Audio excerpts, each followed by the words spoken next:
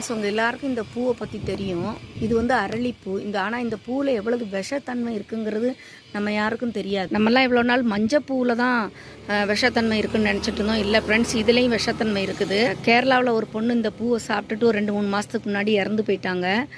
வேலைக்கு போகிறதுக்காக ஏர்போர்ட் போகிறதுக்கு ரெடியாக இருக்கிற நேரத்தில் ஃபோன் வந்திருக்கு. ஃபோன் பேசிகிட்டே பூவை சாப்பிட்ருக்காங்க.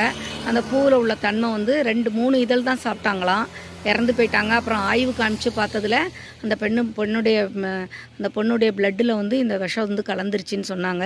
இப்போ கேரள மாநிலத்தில் எந்த கோயிலையும் இந்த பூ வந்து கொடுக்கக்கூடாது, பிரசாதமாக தடை பண்ணியிருக்காங்க.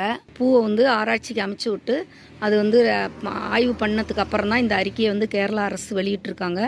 நீங்களும் ஃப்ரெண்ட்ஸ் கோயிலுக்கு போனால் இந்த பூவெலாம் பிரசாதமாக தந்தாங்கன்னா தயவு செஞ்சு யாரும் அதை வந்து வாயில் வைக்கவோ குழந்தைங்க கையிலையோ குறிப்பாக கொடுக்கவே கொடுக்காதீங்க. உடனடியாக அதை கீழே தூக்கி போட்டுரு. நம்ம தான் நம்மளை பாதுகாத்துக்கணும். எதில் வந்து எப்போ வந்து என்ன வேணாலும் இருக்கும். யாருமே இந்த